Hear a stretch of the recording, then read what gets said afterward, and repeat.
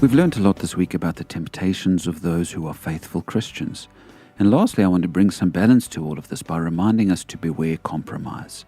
Because sometimes when we talk about these things, we start to imply that it's okay to compromise in our faith. We get so scared of self-righteousness that we think it's okay to sin so that we don't seem holier than thou. And we get so scared of looking down on others that we start to affirm sin so that we don't offend anybody.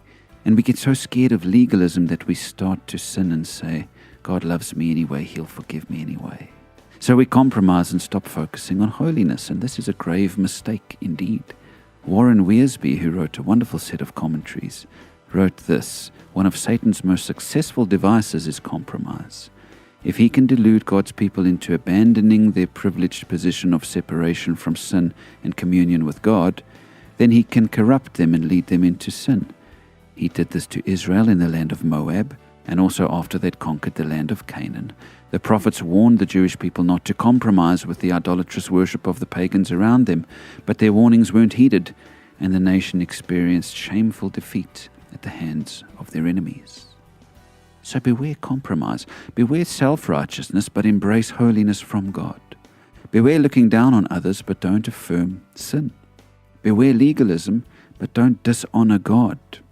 When we start to compromise, we put ourselves in danger of losing that closeness with God. And God takes this seriously.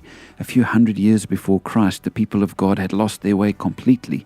They were so morally out of whack that God had to intervene and send them into exile to get them back on track.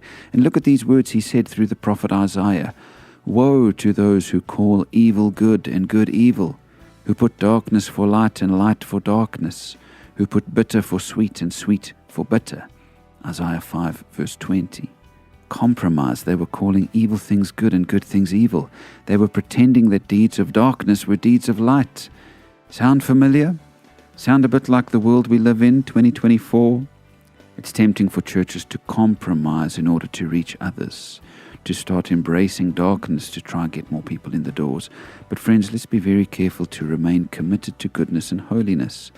Let's stay faithful in all of our ways, with our hearts lost in love for God, our minds soaked in His precious word, our hands joined in unity.